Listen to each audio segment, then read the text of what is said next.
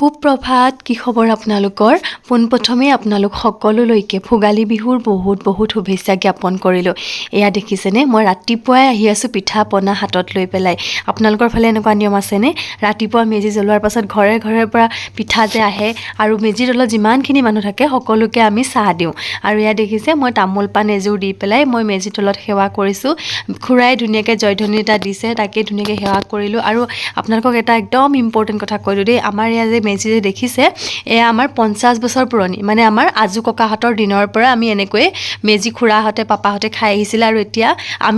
আমাৰ প্ৰজন্মই মানে আমি একেলগে আমি খাবলৈ পাইছোঁ আশা কৰোঁ ভগৱানক প্ৰে কৰিব আপোনালোকেও আৰু আমিও প্ৰে কৰোঁ যাতে বছৰ ধৰি আমাৰ এই নিয়মসমূহ চলি যায় আৰু আমাৰ যেনেকৈ আজি 50 বছৰ পুৰণি মেজি আমি ফুৱাব পাইছোঁ তেনেকৈ যাতে আমি নমৰা পৰ্যন্তলৈকে এনেকৈয়ে থাকে সকলো মিলিজুলি আৰু এয়া দেখিছে মই অকণমান নাচিয়ে দিলোঁ ইমান ভাল লাগিলে পিছত পাপাও বহি আছে আৰু বহুত বেছি কুঁৱলী আশা কৰিছোঁ আপোনালোক সকলোৱে মাঘৰ বিহু খুব ধুনীয়াকৈ এনজয় কৰিলে আৰু বিহু খাবলৈ যাম আকৌ দেই মাতিব